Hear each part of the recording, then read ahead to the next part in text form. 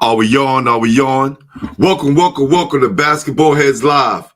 I am your host, Glenn Pooh Harding. And oh boy, we have a very special guest. This basketball head is a New York City legendary coach. On the basketball side, that is. He has changed so many kids' lives growing up in Brooklyn, from his days at Brooklyn, USA, then to Alexander Hamilton.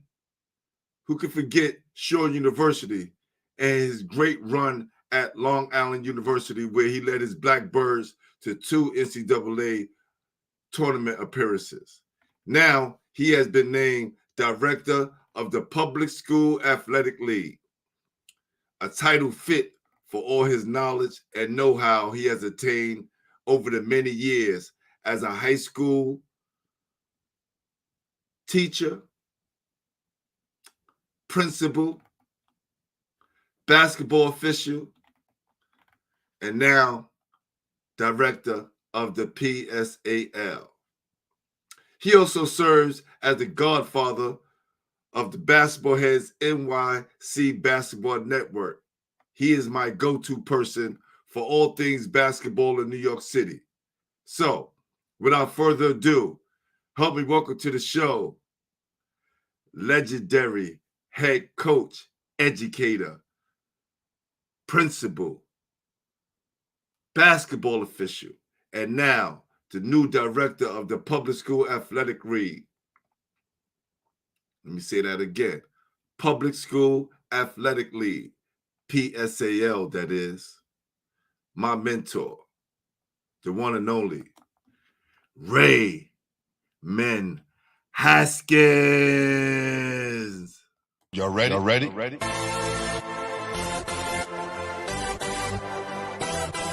Yeah. You have just stepped out into the world of chaos. Where everybody goes hard. Come on. Go hard. Go hard.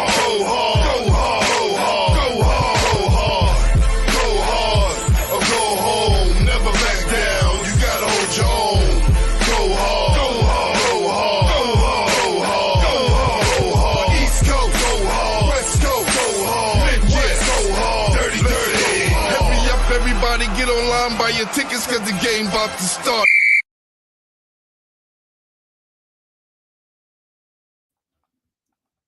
Hey, what's happening? What's happening, Coach? How you doing? Great, Glenn. Good to be with you again. Oh, man, this is awesome. This is so awesome. I just want to say thank you for joining us tonight. You know, how important you are in my life and the community as a whole. And I want to say welcome to the show again. To everybody that saw my Instagram, come on over to YouTube and check out this amazing interview with Coach Haskins. You know how you always give it up. You always got to learn something. And now with his new position, we need to be informed of what's going to go on during this school year. So we're going to be tapped in for a minute on Instagram. Before I totally close it down, we're going to be focused straight on YouTube. So come on over to YouTube, NYC Basketball Network. The link is in the bio. And for those of you who haven't subscribed, make sure you subscribe to the channel. Like, comment, and all of the above. All right? Hey, Coach. Hey, Glenn, how you feel there? Oh, man, I'm awesome. Can't complain. Went out yesterday with my cousin to hang out.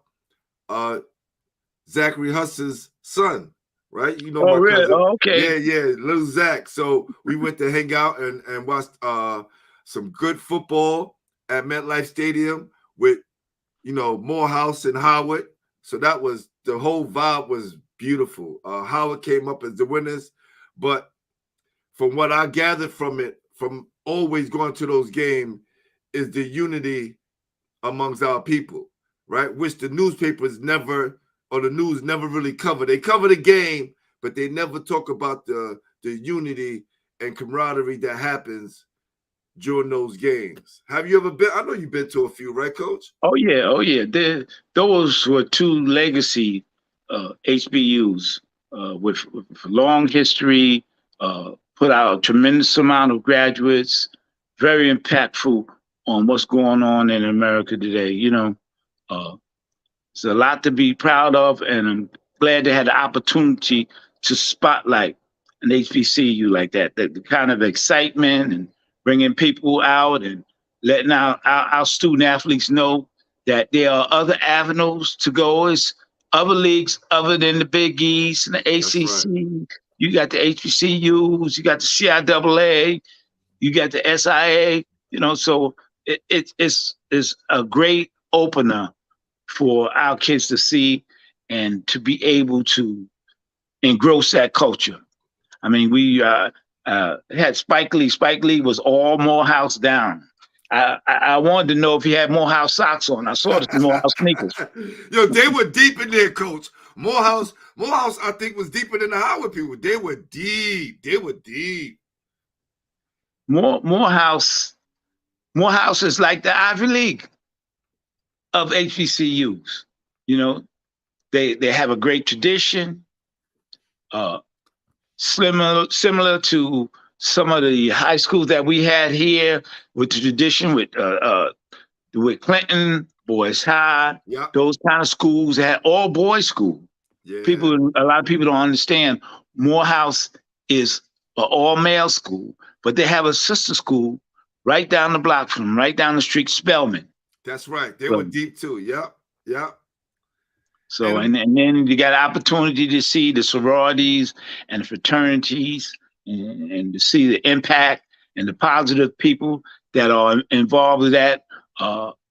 Myself, I went to Shore University, and I didn't even know what a sorority or what a fraternity was until I stepped foot on that campus. Right. And man, I might sound like I got a prejudice, but I saw them cues. Oh my God.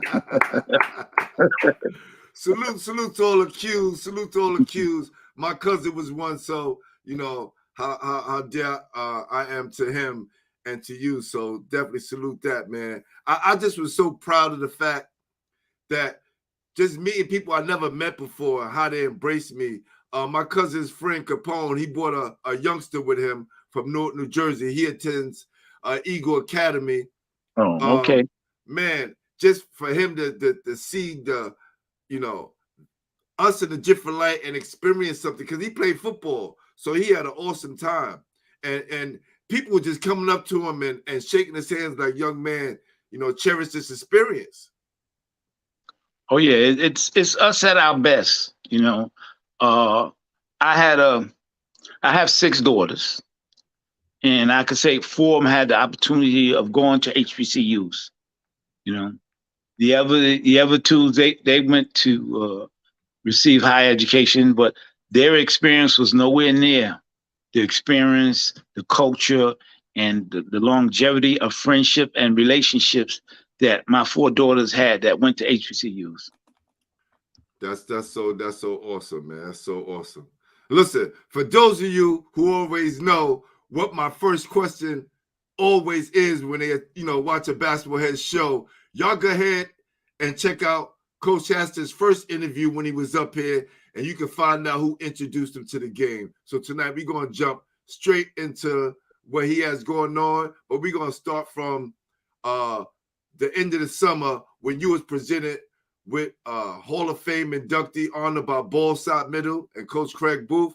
How was that moment? And just tell the people what it meant to you to be honored in this way amongst other great legends like yourself.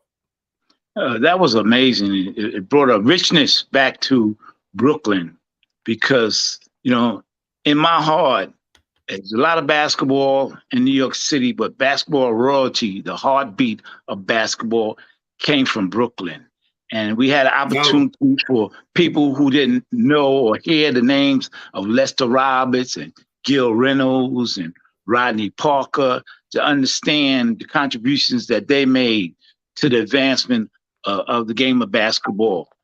Community basketball, P.S.A.L. basketball, Catholic school basketball, just basketball, period, and how much it has meant for us to really get a positive foot in going in the right direction, whatever careers or whatever decisions that we made educationally, professionally. You know, that was a good opportunity. And Craig Booth, he has his hand on the heartbeat, and it told it. If you haven't seen the documentary Ballside Middle, you should see it because it tells a great story about a great time in New York City. And the documentary is on Tubi. For those of you who want to watch it, you can check it out on Tubi, and now it's on Amazon. So please support my brother Craig Booth and all that he does for Brooklyn basketball. You know, because this inspired another borough, right? My guy gets a text message. I'm with my guy, Mike Hands. Sorry about that, Mike. Mike Hands. He's a rapper, entertainer, entrepreneur, and we was with each other about a couple of weeks ago. He was shooting a video with my guy, AB Money, and he got a text message from Lamar Odom and guys like Eric Barkley, because they wanted to do a Queens documentary on their ball players. Mm-hmm. And I told him, I said, this is a direct effect of what happened with Ballside Middle. I guarantee you those guys saw it because they wanted to make sure that they have their history documented. And then he passed it to me. He's like, yo, G, this is not really my cup of tea. I could pass it on to you. But it just shows how the message is being spread throughout the city through that Ballside Middle documentary. So salute to Coach Craig Booth. Hey, listen, we had a lot of great coaches, a lot of great stories. Rudy Lee, the guy who started the ISA tournament. That's where he was the guy who initially started the ISA tournament. He's a Queens guy. You know, Fred McNair, who went on to all over the city. He's another guy. Howie Robinson, all those guys. There's a lot of great stories coming out of Queens, very similar to what happened in Brooklyn and what happens in the Bronx, what happens in Manhattan. But we need to tell those stories. Those guys are correct. Do y'all see what I'm saying? You see what I just mentioned, Queens? He just named the people out in Queens and who were running things. This is why he's my go-to person for everything New York City basketball. So y'all stay tuned. This is about to be an awesome show. I want to shout out referee Eric Weaver. He's in the building. The great James Majors is in the building. Scotty Lee is in the building. Come on over. Tell your friends. Y'all know everybody's favorite coach and now director of P.S.A.L, legendary Ray Haskins is on Basketball Heads. So tell Did you say James Major? Yes. What a great player. What a great player. Got an opportunity to really see him put it down and really grow as a player, as a person at Bishop Loughlin, and then he went on to Seton Hall, and now he's giving back to the people in Newark, New Jersey. He took his Brooklyn, took his learnings here from New York City, and now he's impacting on the school system in Newark, New Jersey. Tremendous human being. Man, Eric Weaver said, man, he's a walking history book. Great man. Appreciate you, E. And look, another Brooklyn great, John Johnson is in the building, Coach. Oh, man, you hit me. You hit me with anytime I think of John Johnson, I think of one of my players, Ed Davenant. Those guys, they were like brothers. They were, two amazing guys. And John Johnson went to Tollentine, and he made that trip every day from Brooklyn up to the Bronx, to that great Tollentine program. And then he took his skills to the University of Virginia. That's right. Man, what an amazing guy. I happen to know John's father because his father played a little bit of basketball out of, what's that little projects down going east? Oh, Brevoort. That's what Brevoort. I told you, he's the guy. All right, Coach. Now, another legendary coach I want to tap into before we dive in to what you're doing now.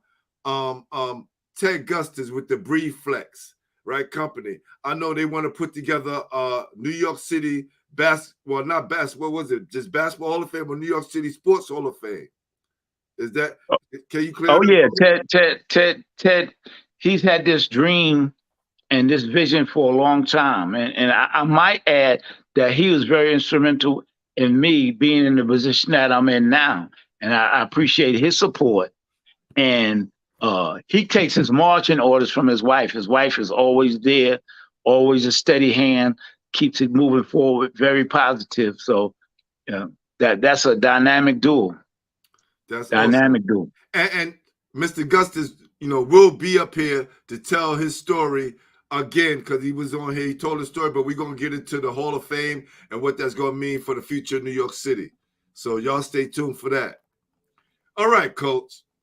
Now, I was on the telephone Friday. I think I hit you up during that time with Mark Petit. Mark Petit, he went to New Utrecht, then he went on to play with Speedy over at Hofstra University. And we was talking about the history of the PSAL, right?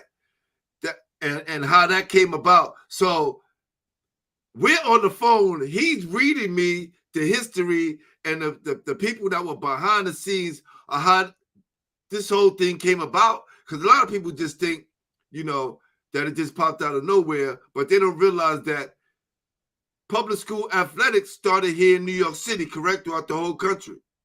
The first public school athletic league association started in 1903, and it was New York City Public School Athletic League.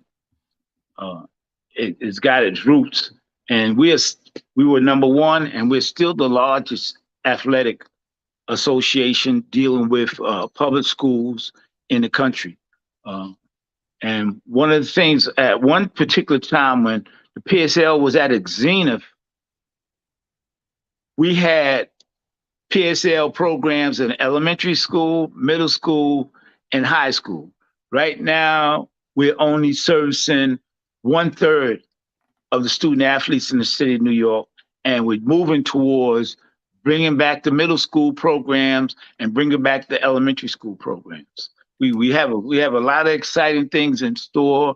A lot of people hear bits and pieces about changes, and I must admit, we got to do a better job in getting the message out about what we're doing, what we're trying to do, because oftentimes people hear bits and pieces and they're thinking one thing and it's something totally different.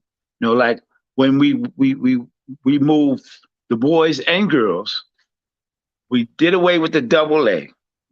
Now we back to the A and the B, but that's not the total plan.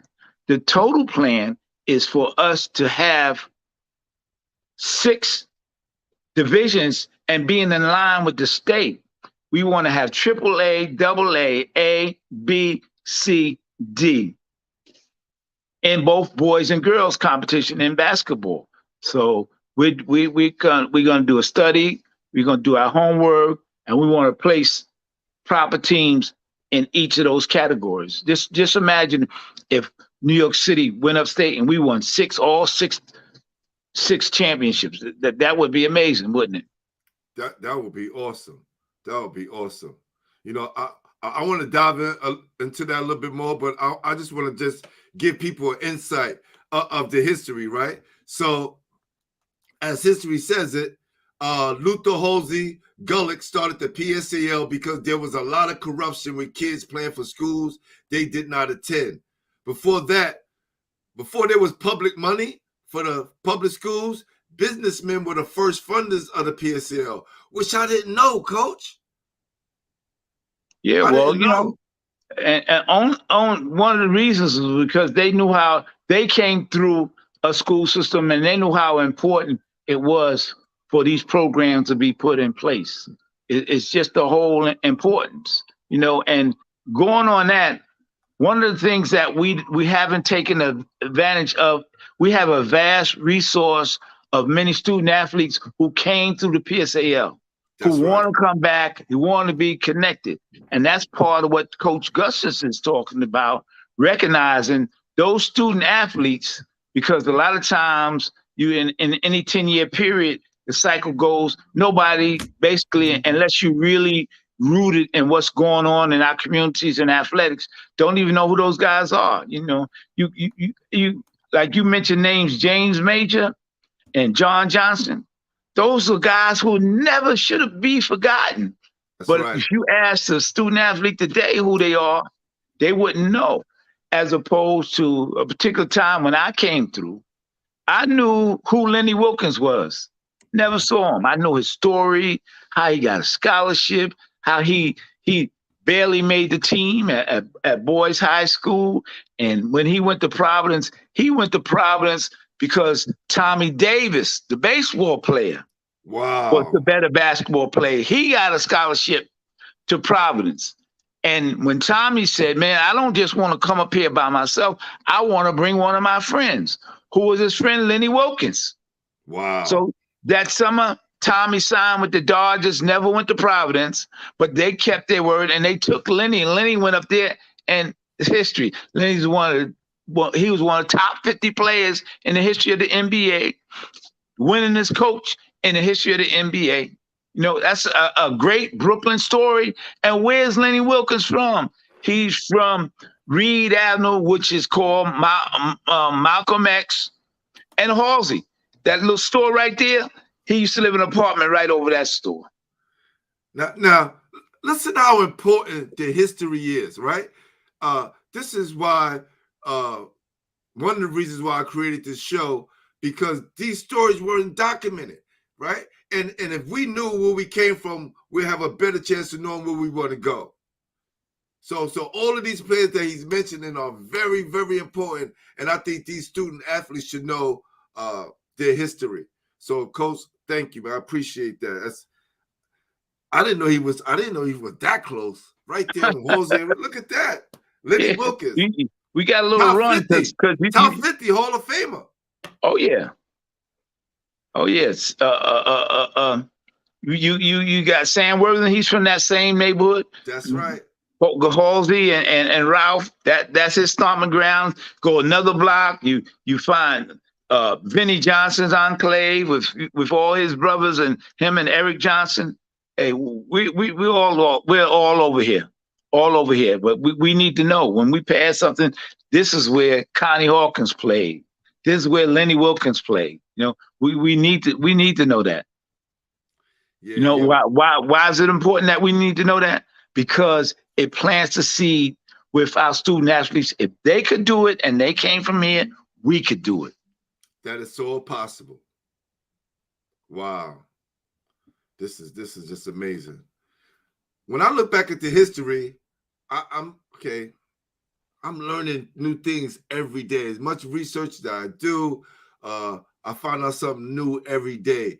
Even though I knew about some of the early powers, you know, we talk about DeWitt Clinton, of course, in the Bronx, Stuyvesant High School in Manhattan, Boys High, Jefferson, Brooklyn Tech and Madison in Brooklyn, Jamaica in Queens. You had Jamaica High School in Flushing, right? So this was a extension of the growth of the PSAL, because now a lot of those schools who probably were powerhouses in the past are not as much today because there's so many other schools that were built.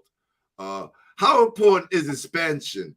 You know, because I know you talk about moving the AA and making the A Division I. How important is change? Because I know a lot of people are not used to change. They're used to stuck in just one round. Like, how important is this? Well, one of the things about change, people fight change because they don't have an understanding.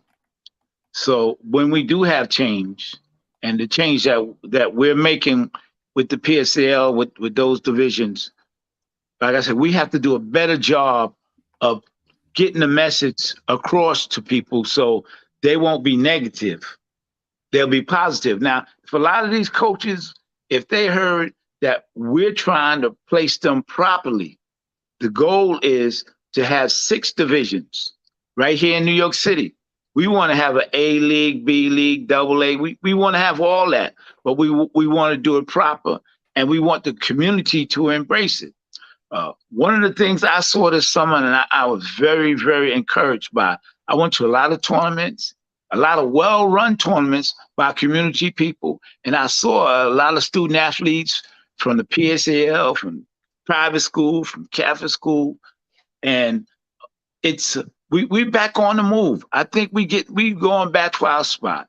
You know, a lot of places, Chicago and Philadelphia and LA, those guys was kind of cornering in on our space as being the basketball mecca, the basketball capital. We're coming back. We're coming back for that spot. You know, Yeah. we're coming back. Our student athletes said they're growing. Coaching is getting better, and that's one of my pet peeves is having professional development for coaches.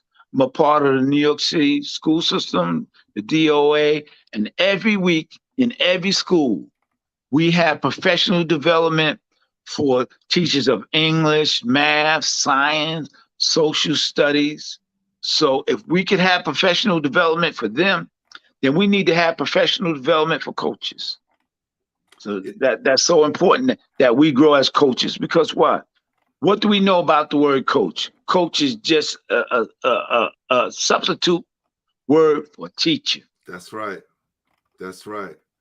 And if you get better coaches, you have better teams, better competition. That's right. Traditionally in this town, basketball wasn't a black game. Basketball was a Jewish game. It was a Jewish game. You had a lot of Italians. Yep. They had really, really good basketball clubs. So when we came in, we changed the scope of the game, because when they played, the game was played on the ground. Pure fundamentals, pick and roll. I mean, really, really good team. But when we came in, we brought a flair and an art where we took the game to the air, where we were able to combine the science of basketball with the art of basketball. Quiet as kept, the first African-American coach in basketball in New York City was Boys High Howard Jones. He was the first, and it was passed on to him by his coach, who saw the leadership, the ability, the way that he was able to relate to his student athletes. So Mickey Fisher, he was not only a great coach in New York City, he coached the Jewish Olympic team, the Israeli Olympic team. So he left New York City, and they took him out of Boys High, brought him over there to coach the Olympic team. So that was a major move right there. So much rich tradition. People, they see a lot of African Americans on the court and don't realize the importance of the Jewish players and the Jewish coaches that came before us, that kind of paved the way to help us transition onto the court and be great players and coaches and leave a legacy, because that's part of New York City history. Of course, and Italian players and other ethnic groups that came and played basketball during that time. Yep. Well, and that's one of the things I want to get their stories out. I want people to know who these guys are. Who Coach Beckman from Thomas Jefferson.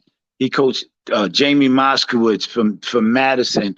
Those guys who did tremendous jobs before these guys came along. So we had a guy like Kenny Fiedler who played at Wingate. He played on those great Roger Brown teams, and then he became a great coach in New York City. He coached at Alexander Hamilton. He coached Bushwick.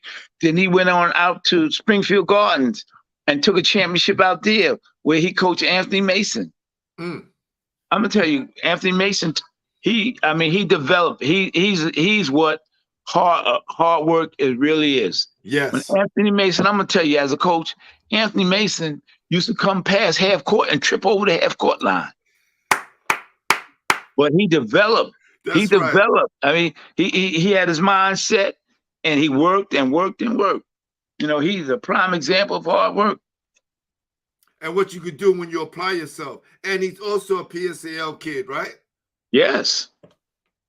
Look, y'all get these lessons and pass it on to these youngsters, because a lot of times youngsters want to quit because things don't go their way in the beginning, right? And we talked about making sure that your life is a marathon and not a race.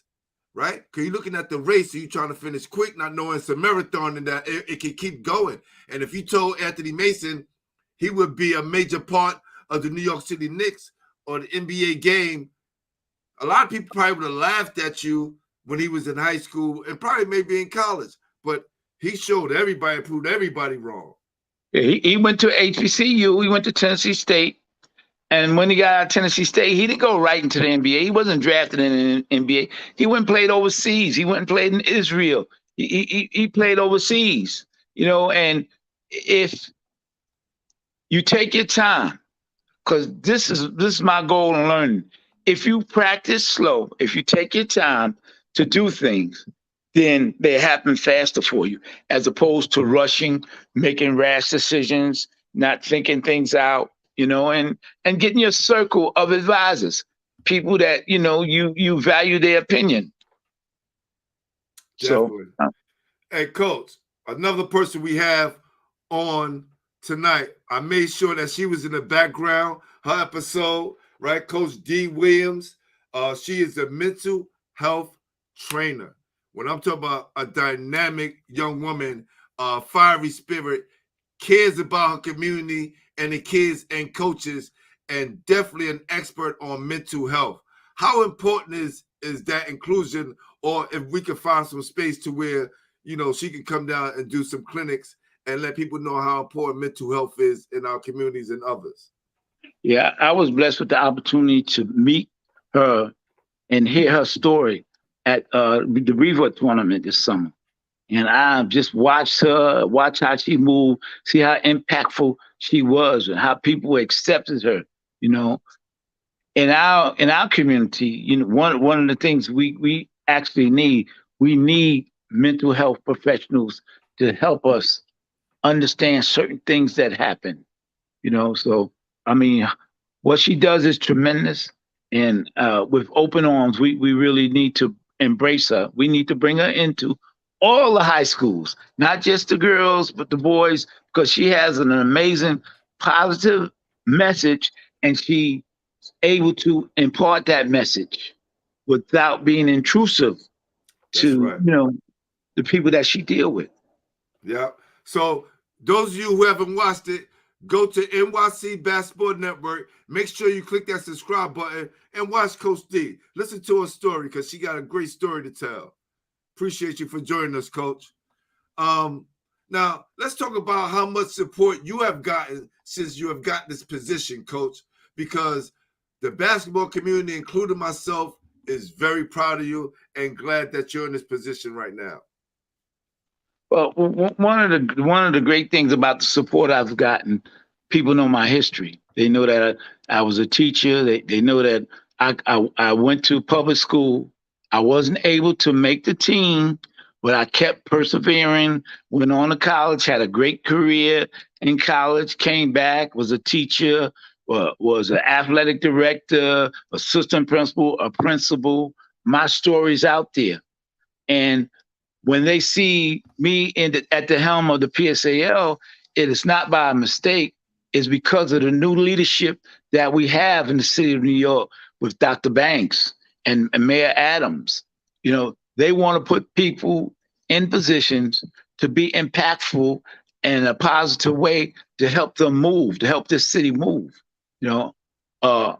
Oftentimes people don't understand the sacrifices that community coaches make, which I do, and I appreciate them. I'm dealing with the public school, but I know how important people in the community are. I know how important the officials are. Oftentimes you go in a situation and you have two officials, they'll come in a park and he's going to come back, probably lost connection. Whenever you're ready to come back, Coach, I'm going to bring you back on. Just click on that link. Listen, this is so important that we cherish this man and all the things that he have done and still doing to this day to improve the lives of young people.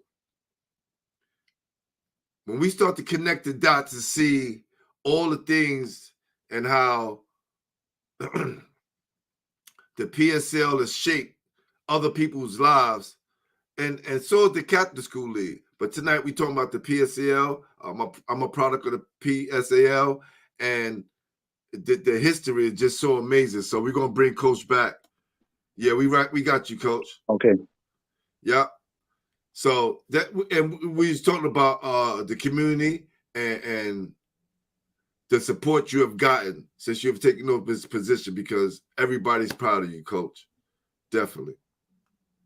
Yeah. Well, now a face is associated with the position, and a lot of people feel as though I'm someone they could talk to. Right now, it's important that our coaches and our people who deal in the school system with our children start talking to each other.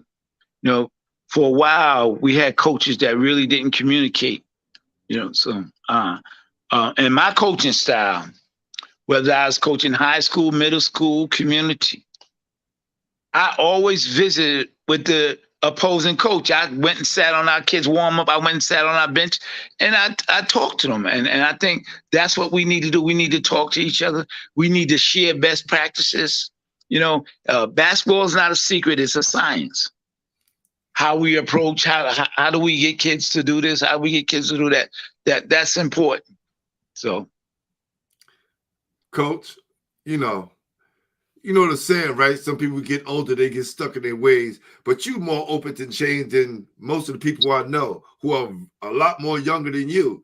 You know, for instance, you brought on my former teammate, New York City legendary coach, Tiny Morton, and create a position for him for he can, bring about change into the PSAL, and which he's the basketball czar. How important was that for you? Yeah, here we had a guy, great basketball mind, has a world of knowledge, and he's just sitting there. He's not coaching. He's not involved. So we need to bring him back to tell his story so he could multiply that story with all the people that he helped. His story becomes their story. You know, I think it's invaluable. Some people don't like the idea that I gave him the title of the czar. They said, well, it's nowhere in New York City that title doesn't exist. In the PSAL, we know it doesn't exist. And oftentimes, I mean, the greatest of all time, the GOAT, that position don't exist. We talk about it all the time. Talk that talk, Coach. No. So why can't we talk about the czar? Because that's what he was. He was a guy, small in stature, but big in impact. That's right. I mean, so and he has a lot to share. He's amazing. He has amazing mind. You know, I've been able to sit down and be in different situations with him other than basketball, and I see how he moves. And you know, this brother, he's bringing another level to our school system. What we're gonna do, what we're about to do. And he has embarked on so many different avenues in basketball, which a lot of people will never even cross or even be a part of. He's been to different parts of the country to see how things are run in their high school systems, and see the competitiveness from here to California and back, right? So what's best to combine someone like that with yourself and the knowledge to make something great happen? See, and this is what he's bringing. He wants people to understand we're not coaching a team. It's not a team. This is a program. A program is more than just a team. Teams just show up for practice, they show up for games. But programs go beyond that. They do other things. They're involved in the community. You know, they're involved with growth and development, with helping people, being networked, being access to. So a program is more comprehensive than a team. And a program doesn't stop at the end of the season. So our coaches who are involved with our student athletes, your involvement doesn't stop or it doesn't begin at the beginning of the season or the end of the season. you still the coach. You the coach in the spring, the fall, the summer, and our student athletes gonna look to you for advice, for direction, for anything, any need they may have. They won't come to you because of that, the relationship that you have. You know their parents, you know their friends, you know where they come from, and they know your story. So it's important that we do that, that we elevate from just a team to a program. And one of the things I hope people don't misconstrue, I'm not just talking about boys basketball or boys sports programs. I'm being comprehensive. I'm talking about all our programs, our female athletes. We want to give them just as much as we give anyone else. We want to push them, and we want their program to grow. So we're not just talking about one half of the equation. We're talking about both halves of the equation. That's right, because I'm having Coach Anwar, right, from South Shore. He'll be on the program soon to talk about his girls program and what they've been able to accomplish. And a lot of people don't realize that our girls basketball is just as competitive and send a lot of, kids to school as much as the boys, especially nowadays. And we look at Coach Anwar. He was able to transfer the talent. He's a great baseball player. He played at Midwood. I mean, he was a major league level talent, but he was able to take that talent from that sport and bring it over to basketball. The same passion, the same love, the same drive. So I mean, these sports, they're interrelated. And he's doing a tremendous job with his girls programming. Coach, another thing I didn't know? I didn't know that football was considered a sport for what they would call the elites and not the average city kid. Early on. It's a very expensive sport. It's certain sports you don't see played in the city.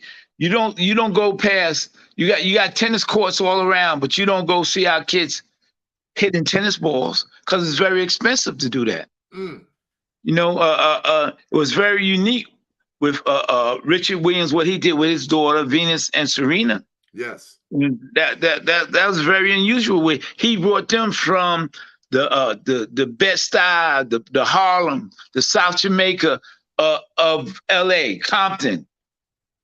Those comparable communities. That would be the same as a parent doing that with tennis here with our student athletes, where Arthur Ashe came from. So it costs money. We talk about golf, but it costs money to play golf. With a basketball, you just take a ball in the park and the rim is there. What you bring, what you have, you leave what you have. You take the same thing back home. But you need tennis rackets, golf clubs, golf balls, tennis balls. You need all those things to play that kind of sport. What can we do as a community, right, to help push the other sports? Something like football, right? Because we have like the Brownville Jets. We have the Titans, right? We have the Harlem Jets. We have so many different community football teams. And I don't think a lot of people in the community know, except those people and parents that are playing, who have their kids playing, right? Well, and this believe not, we have more football programs for biddies and midget developmental football programs with better the Hurricanes, Titans, all those programs run by excellent people. What we don't have is another expensive sport where we got our bone. We got our foot in the door in professional athletics with Jackie Robinson in baseball. We used to have little league baseball teams all over the place. I played in the Jackie Robinson League, Coach. Like they were in that tennis court right there behind 21 on Malcolm X and Patchen. That was the Jackie Robinson field right there. Oh, yes, it was. That's right. And we all played baseball first. Mm-hmm. So what's got to happen? And I'm hoping and praying that the mayor starts to open back up some of these night centers, some of these community centers. You know, we got to find a way where it's not as expensive, but we still able to get quality people into running. You know, a lot of our guys like Ed Towns. Did you know he started his career at PS 21 as being a night center guy? No, I didn't know that. Right at 21. And he had a whole plethora of programs with ideas that he had. They had Latin night at 21. We used to go there at night and Latin. We used to Latin dance. You know, I mean, we used to just go and make our rounds because that's what the night centers were. It was a place where we got social skills, education, and we got information. You know, that's where we found out like guys like Ed Towns. Where Ed Towns? Ed Towns is not originally from New York. He's from North Carolina, and he went to HBCU. He went to North Carolina A&T. Wow. So we have guys like him and like our guy Whitfield at the Whitfield School. He has a little private school over there. He's another community guy who taught in New York City school system, started programs, and he went to Elizabeth City, and he brings a whole lot of. I met Grant Hill's father, Calvin Hill, yes, at one of his programs, and we talk, and I'm talking to him, and I was surprised he played basketball in New York City. He was talking about the Boys High guys. When he was went to a private high school, and they used to scrimmage. He said he never saw these amazing guys the way they played basketball. So he was connected to New York City. Now, Coach, we got Joe Jackson in the building, Frederick FB Blue, Corey Vice. Thanks on the check-in. Now, my guy Lucky told me that Mr. McDuffie was the founder, or is the founder of Longberg Institute. He's from New York. I didn't know that. Listen, let me tell you. Let me tell you something. Spike Lee's family, Spike Lee's father, and the Duffys and all of them, they were all interconnected with founding that and Booker T, who started Hampton University. They all started with those schools, with Longberg, and the other name escapes me. The school where they started in Tennessee. All these guys are interrelated in what they did, and I mean that was all a part of the plan. You have a dream, like a guy that walks around with dreams in his pocket, like Ted Gustis. You know. He has a dream, and his dreams are gonna come into reality. So, but that's how those guys started. Those guys are interrelated, man. I wish I could get Spike's father on the program. I gotta reach out to him, man. This guy is a plethora. He's a walking encyclopedia of what's, you know. Martin Luther King was 15 years old, and they went to Morehouse, and Martin Luther King was his roommate. Wow. At Morehouse. Wow.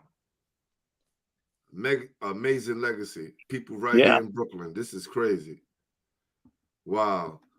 All right, Coach, let's move on to the preseason exposure camp that you guys have planned and that you guys push back next year. Can you expand on that a little bit? We tried to jump on it and get it out there, but it was a few things that we didn't do that we needed to do. So we put it back in the planning stages, and in 2023 we're going to come out strong.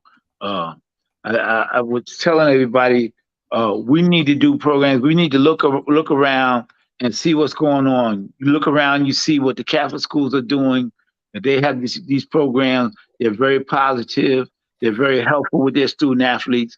So why can't we emulate? And when things come out good, why can't we emulate them? So and that's what we want to do. But there's a few things we had to put in place, and we're putting them in place. We got a much longer time. You know, the thought came up in a 3-week period, and we tried to jump on it and go with it, and our planning wasn't right. So we getting things together now. So by next year we're gonna jump off completely.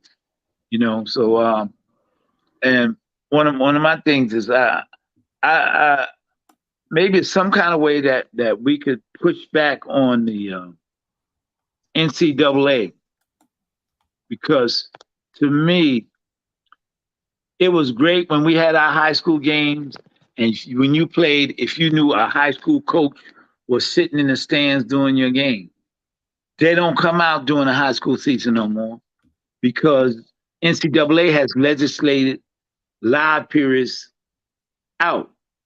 So even though we would have had the camp, we wanted to have the camp, we couldn't have used referees in that camp, because NCAA rule says that coaches can't come out and see those kind of games with a referee. So that was one of the things that so now we have to get counselors, and if we have games, the counselors will officiate, but not licensed officials. You know, so that would be NCAA violation. What about someone like Earth Productions that do what they do? Well, they would be considered referees. Okay. You know, even though they most of those guys in Earth Production, they're great community guys, but I don't. A lot of them aren't licensed. They're not IABLE licensed. So when you're IABLE licensed and you pay your dues and you're part of it, you insure. You got insurance. So if things happen, those guys are insured. So you with this day of litigation and things that could happen, you want to cover every base. So if you're gonna have somebody officiate, like you can't officiate a PSAL game unless you're a member of IABLE or the girls New York State Board. I was just basically, I know I think we kind of straight on that, but we talking about the preseason game that you got, the exposure camps. So since we can't use those guys, the licensed officials, you know, and I'm not part of Earth Production, but I know what they do in the community. I know they do a great they do a great job. Would it work better the point I was trying to make, we want to make sure that we are covered, that we could cover anything that might happen. Got you. You know, before we know when we bring a licensed IABLE official in, we covered already because we know we covered.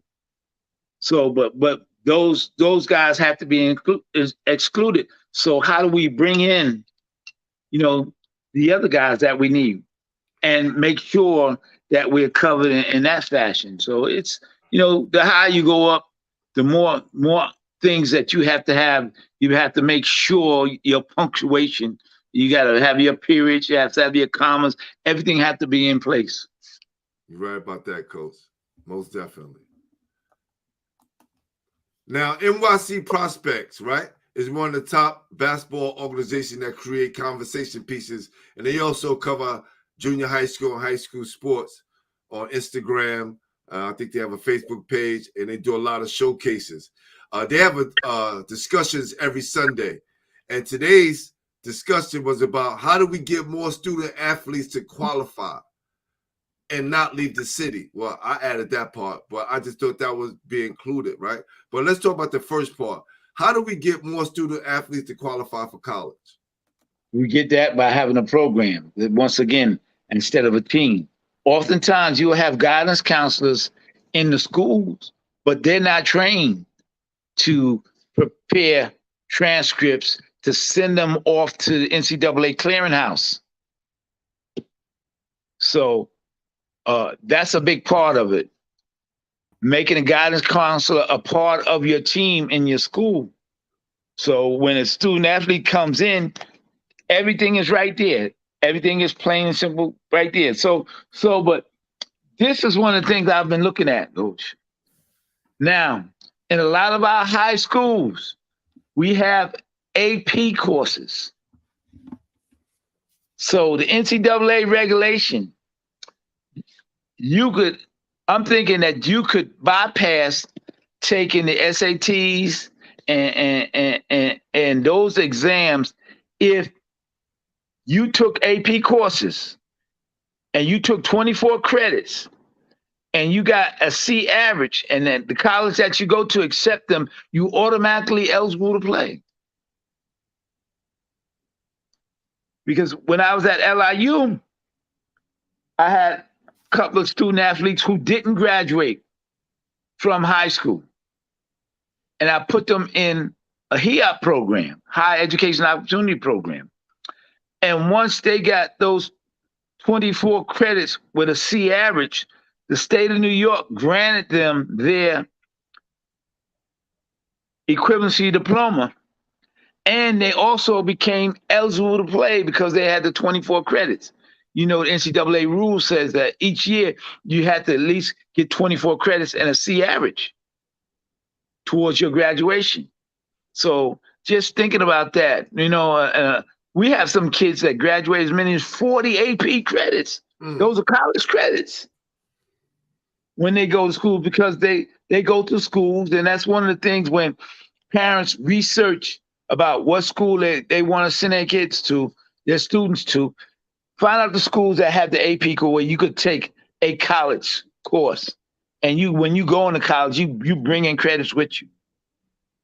Think about it like that. Isn't that amazing? That's really amazing. Wow, I never thought about it like that. Now, when I was coming up, and I know definitely when you was coaching, we had the Wheelchair Classic, we had Golden Hoops, and we had all of these different tournaments that showcase New York City basketball at its finest. Do you think with the inclusion of the sneaker companies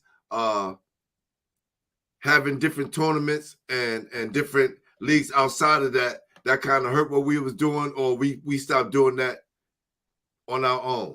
It definitely hurt, because once you get a sneaker company, sometimes it's best not to have a sneaker company, have a tournament, and not have a sneaker company, because the teams that receive donations or support from one sneaker company and another, you having a tournament or like the Golden Hoops, and let's say Golden Hoops Adidas, none of the Nike teams gonna come to an Adidas tournament. Yeah. They're not gonna go to Adidas camp. The Adidas kids not gonna go to a Nike camp or a Reebok camp. So, you know, that division is bad for us. But like, if you were a great athlete, you couldn't tell me LeBron James couldn't tell the people at Nike he gonna go play in this Adidas tournament because he was LeBron James. But how do they get so? Now, I understand, corporation, they got power, but how they was able to influence or still influence coaches on a high school level? This is because amazing. You got a few schools in New York City that receive equipment from sneaker companies. That's part of their tools of drawing kids to their school, that they're going to get this equipment. A kid knows he's going to get 3 and 4, 5 pair of sneakers, and he's going to have the socks and all that, as opposed to a school that doesn't, where kids have to buy stuff. So that's influence right away. So, I mean,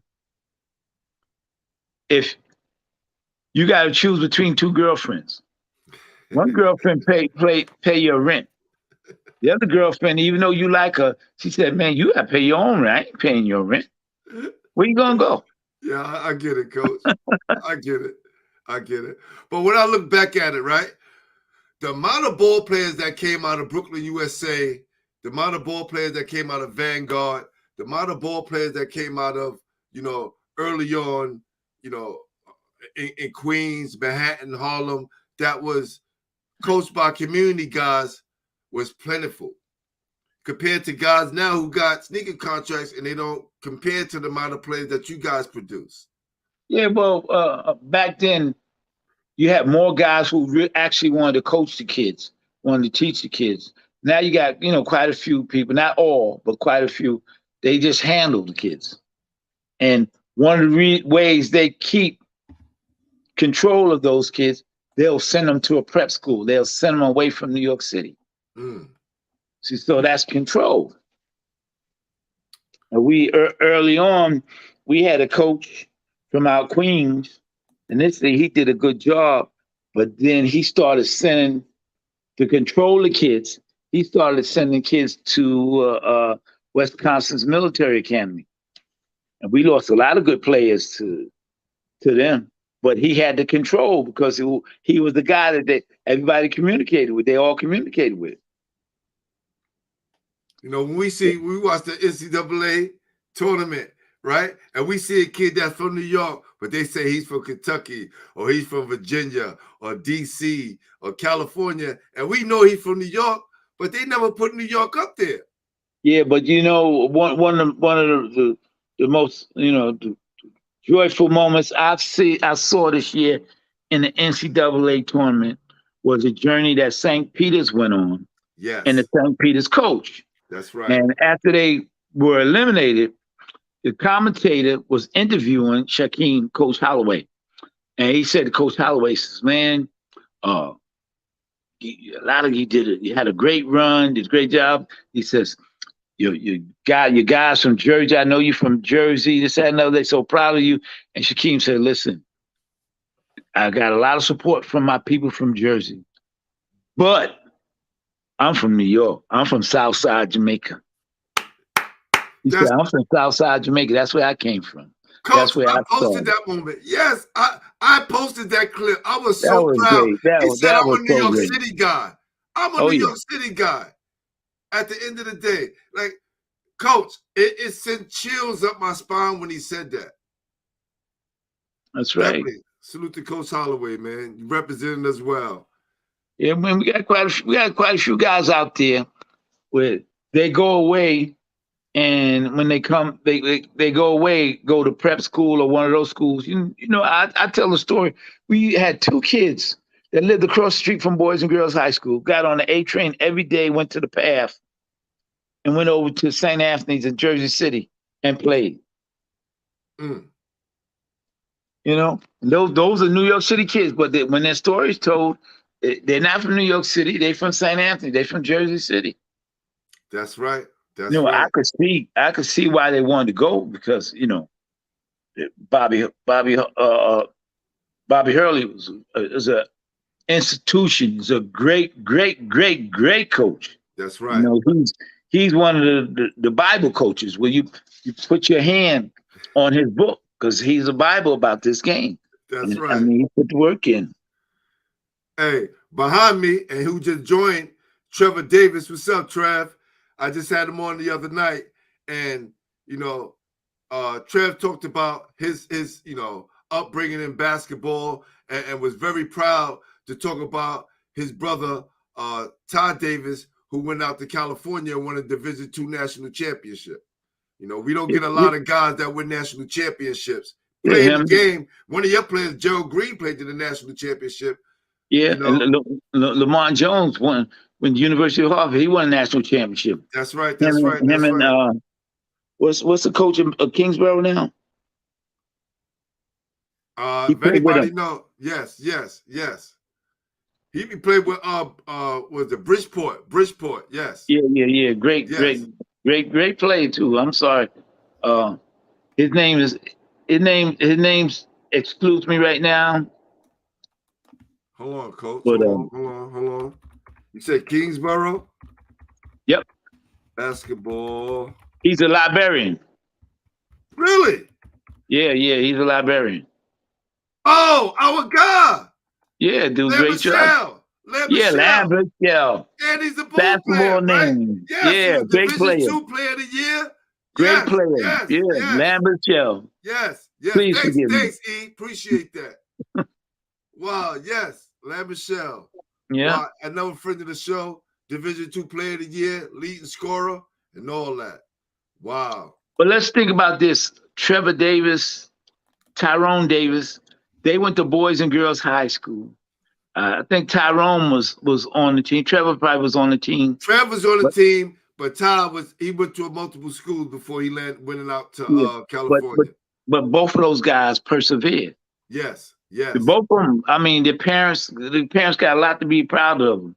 I mean, forget about what they achieved on the basketball court, what they achieved as young men, as human beings, man. You know, I got 6 daughters. Yeah. I would took their calling card if one of them they wanted to come and date one of my daughters or marry one of my daughters. They would have been under heavy consideration. All right now, Coach. All right now. Now, let's talk about the state championship competition and how the city would get back to competing throughout the states because last year that was impossible. We just played against Long Island and we couldn't go up to the states. How would that be changed this year? Well, everything is opening back up now because of a lot of restrictions have been dropped. Like last year, public schools couldn't play against the Catholic schools because the Catholic schools didn't have the mandate about getting the shots. Right. But let me tell you something. I saw over 150 games last year. Mm. The best game I saw all year was South Shore Lehigh. Ooh. What a great game for a state championship. What a great game. Great coaching. I mean, South Shore, they were trailing the whole game. The only time they went up was the last 15 seconds of the game. Mm. And they held on to win. What a great game. I mean, those kids, they just played and they just grind and grind. I mean, Lehigh had 3 7-footers that could play. But in the end, the three-pointer killed them because early on they was hitting the threes. And I just thought that they had so much superiority in the paint, but the ball never went inside. And South Shore held on to win. What a great game. What a great moment. Salute to Coach Smoke, Sean Mark. He will be up here soon. He will definitely be up here soon. So y'all stay tuned for that. Great job on his Coach. part and what he's able to do at South Shore. Coach Marks, he got some surprises coming for people. He's doing a lot of positive things, and so I like talking to him. He's a great young man, and he's a great basketball mind, and he's doing some things that once it's out of the wash, people are going to be very proud of him. Yeah, definitely, man, definitely. Salute to Coach Smoke, Sean Mark, for all the things he's done. South Shore, New York City basketball. Now, since we're talking about coaches, right? And I know you mentioned earlier on about the coaches. Why are better coaches needed in the PSAL? And just kind of reiterate your plan and how you want to make the coaches' situation better to where we have better teams and better competition throughout the PSAL. Well, the situation with the public schools is different than the Catholic schools. Anyone can coach in the Catholic school. All you have to do is be a basketball person, and that educational institution willing to hire you. They will hire you. But in the public school, it's a little different because of the UFT contract. It says that you have to be, now they even moved it further down the line, that you have to be a certified teacher in order to coach in the public schools. So so we got people who coach who actually don't have an idea about how to run a basketball practice or how to solve problems or how to teach. So what we have to have is like we have when we have new teachers, young teachers, we do professional development. I'm part of my professional development with teachers, with APs, with principals. I always did the first 4 things you do when you come in the building and the last 4 things you do. Right. That helps you with organization.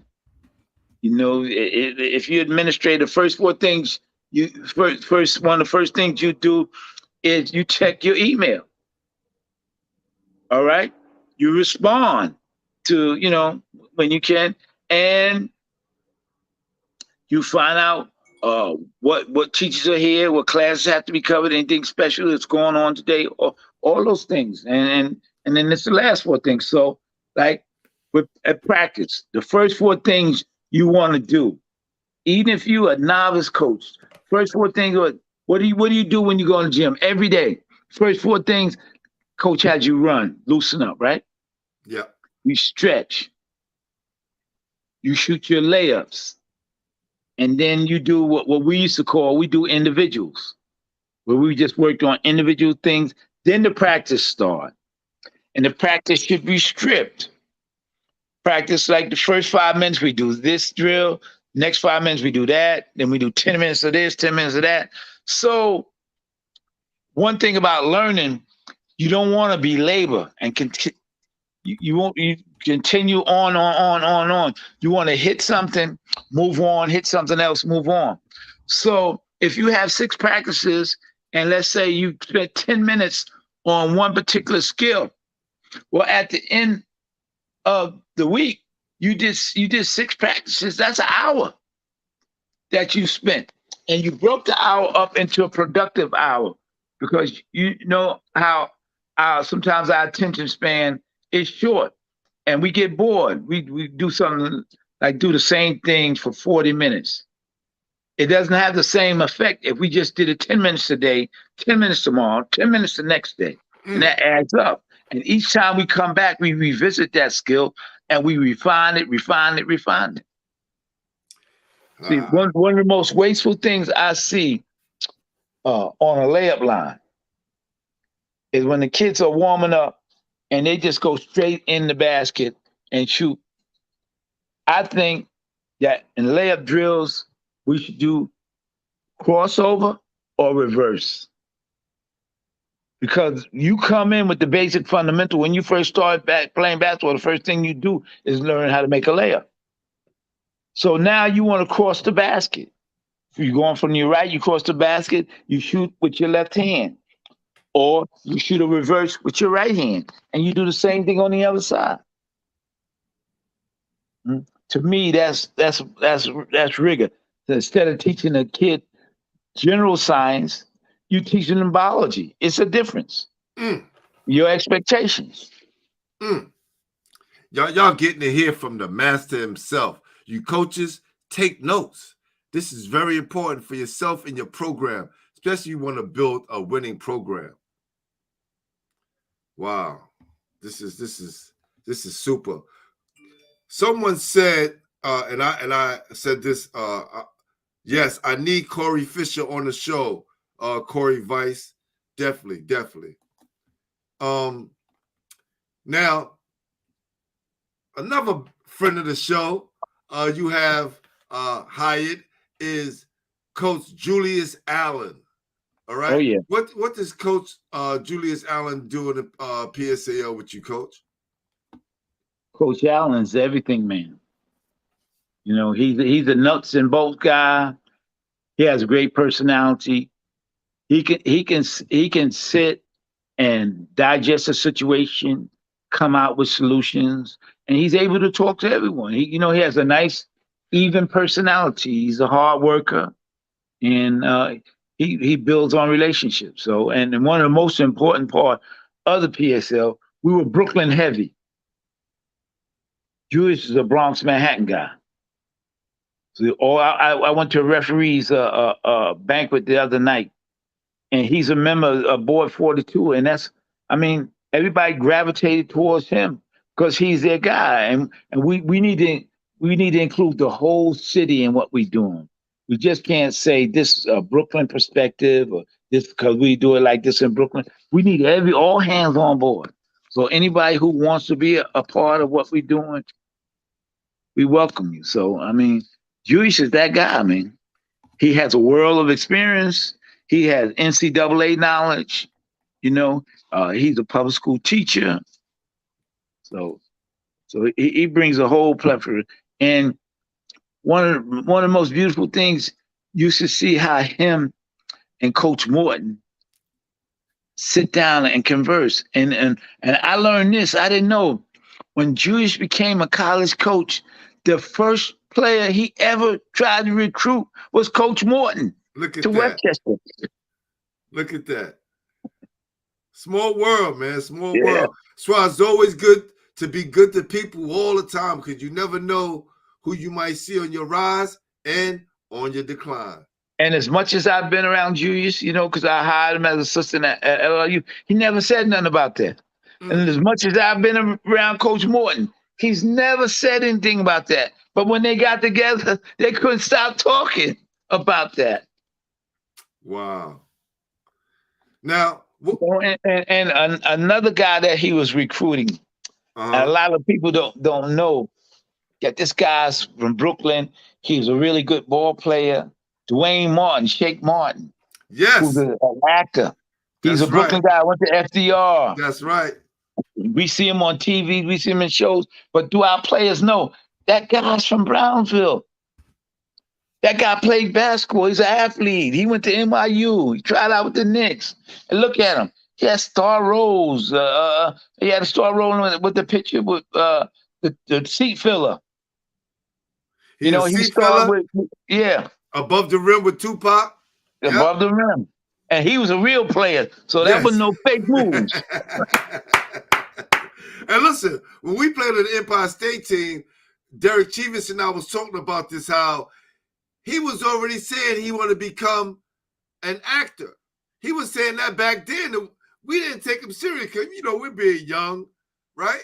And look, what about Pete Nice, Coach Nash's son, who became a rapper, big Oh, time yeah. rapper Yeah, on yeah. Def What's Jam, that? third base. Yes. Third base. Yeah. And another one of his sons who will be on the show soon, and that's Brian Nash. He's the athletic director down at IMG, all New York City guys. Okay. And Coach, I don't want to let's pass this by, but Corey Fisher was a great player, man. Yes. He was a tremendous player. That's right. Talk about it, Coach. And he's another name guys should know. Guys should know his story. And he should be coaching somewhere, giving back somewhere to something, because he has amazing basketball mind. I mean, sometimes, like with me, I could see, if I see a guy play, and I could see Corey had a lot on his mind, man. Some of the passes he made, he had a lot on his mind to be able to see that deep in the game. Man, he didn't bring a checkerboard to the game. He brought a chessboard. Tell it, Coach. Tell us the difference between playing checkers and chess, baby. Oh, yeah. High level. Wow. All right. Now, my coach, Mark Petit from New Utrecht, asked me to ask, is Danny Harris part of the PSAL still? Danny Harris. No, Danny's in some private program with one of the sneaker companies. Okay.